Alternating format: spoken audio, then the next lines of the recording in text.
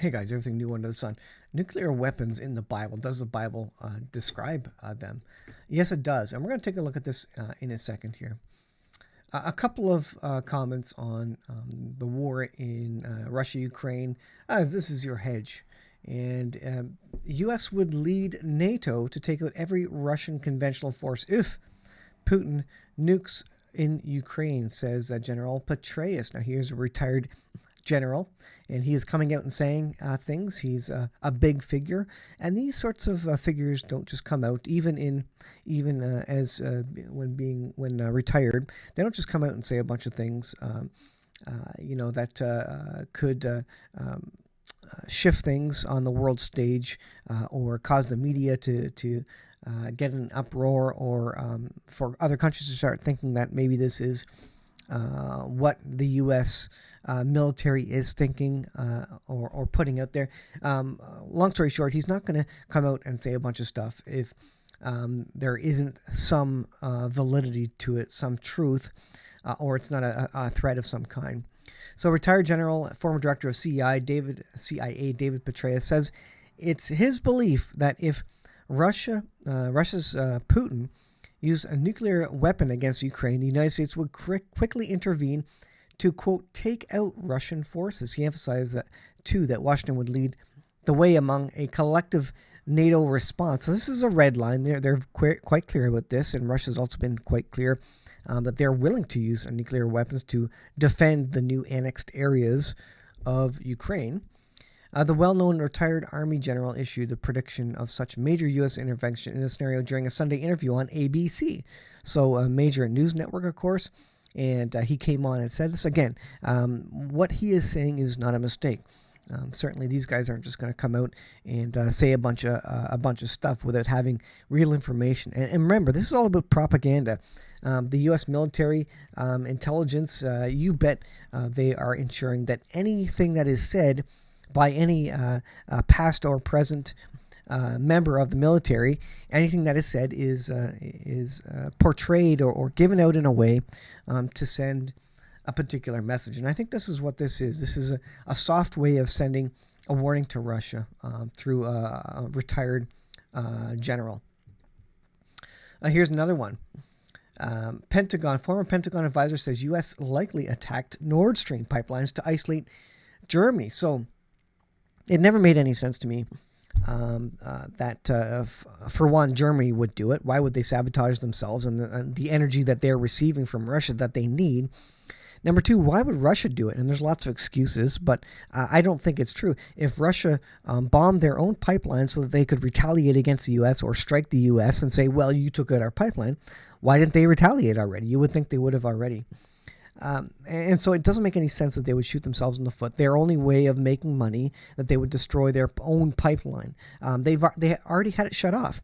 All they had to do to put the pressure on Germany was shut off the pipeline. To destroy it doesn't make any sense.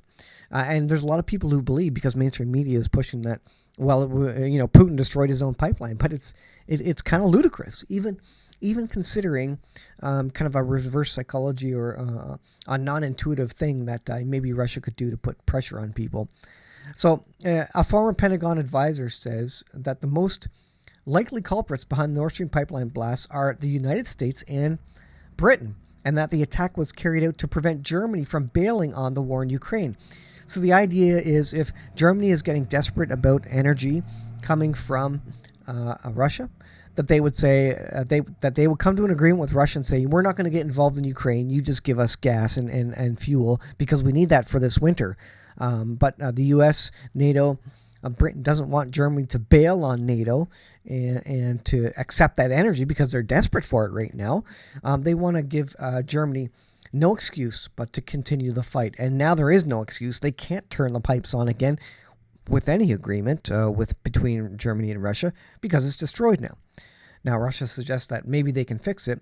But interesting, and this is kind of the best evidence that I've thought as to why this would happen. Now, of course, the news came out that Biden and others, Blinken, I think it was, of the U.S., suggested that, and this was prior to the war in Ukraine, that if there was a war in Ukraine, they would cut off the pipeline. So it's Interesting to say the least, and quite a coincidence to say the least, that it is now destroyed because they have Russia did go into Ukraine. So I think Biden's predictions and what he said came true. So more evidence, I think, that it was some sort of Western intelligence military that did this to the pipeline. I think it's all but obvious at this point, and I don't see any kind of counterintuitive reason that Russia would do this to themselves. But if there's still a reason, I don't know. You can let me know in the comments there. Now, this is an interesting one. This is IsraelNationalNews.com. Russian nuclear sub with doomsday weapon disappears in the Arctic. So they've sent out their nuclear fleet, at least the nuclear submarine. Next-gen Belgorod submarine, able to trigger a 1,600-foot radioactive tsunami, leaves cold water base without a trace. So it has gone dark, if you will. The U.S. is now concerned about where this sub actually is, because now it's real. Now they could use nuclear weapons. It could be that Russia is kind of amping up, getting ready to deploy nukes in Ukraine. And if NATO/US/Britain do something against Russia, well, Russia's going to retaliate with its hidden nuclear submarines. And I'm sure this is not the only one. They probably have drone subs as well, to, as a fallback if US, NATO takes out Russian conventional forces, they could return fire with nuclear weapons and possibly an East Coast tsunami and other sorts of things. So very, very interesting. Now, does the Bible describe nuclear weapons in the last days? Let's go to, what do I want to do here? I want to go here. And this is my timeline of the return of the Lord. Now, I've always said that I will shift this along. If the rapture doesn't happen, or if the 7-year period doesn't start, I'm going to shift this along. I don't know if these dates are accurate. It's just kind of the order of the events that I think are the case. And I think nuclear war, or very close to nuclear war, has to happen before the Antichrist, before the people of the world are ready, before the economy fully collapses enough that the Antichrist can bring in a mark of the beast system and kind of rule the world. The world isn't ready for it yet. We're still in our sovereign countries, sovereign nations, sovereign currencies. We have no interest, although it's getting harder and harder, we have no interest yet to give up those sovereign lands, sovereign currencies, etc. But as the world gets worse and worse, as the economy collapses, we're going to get close to that point. We're going to get so desperate as individual citizens of the world where we say, okay, fine, let the world government rule as long as the world government gives me some food, some water, and lets me live. And that's the point we will get to. So the big question is, are there nuclear weapons in the Bible? And of course, I did a number of videos about this. And this is, I did a search in my YouTube list for nuclear weapons in the Bible. And you can see, here's 3 videos I did. Nuclear weapons in the Bible, Zechariah, where it kind of describes what could be described as a nuclear weapon. Also in Isaiah 17, you can look at that and read those passages, and also in Matthew 24. So go ahead and you can go find the videos on my YouTube page and find out where the Bible describes nuclear weapons.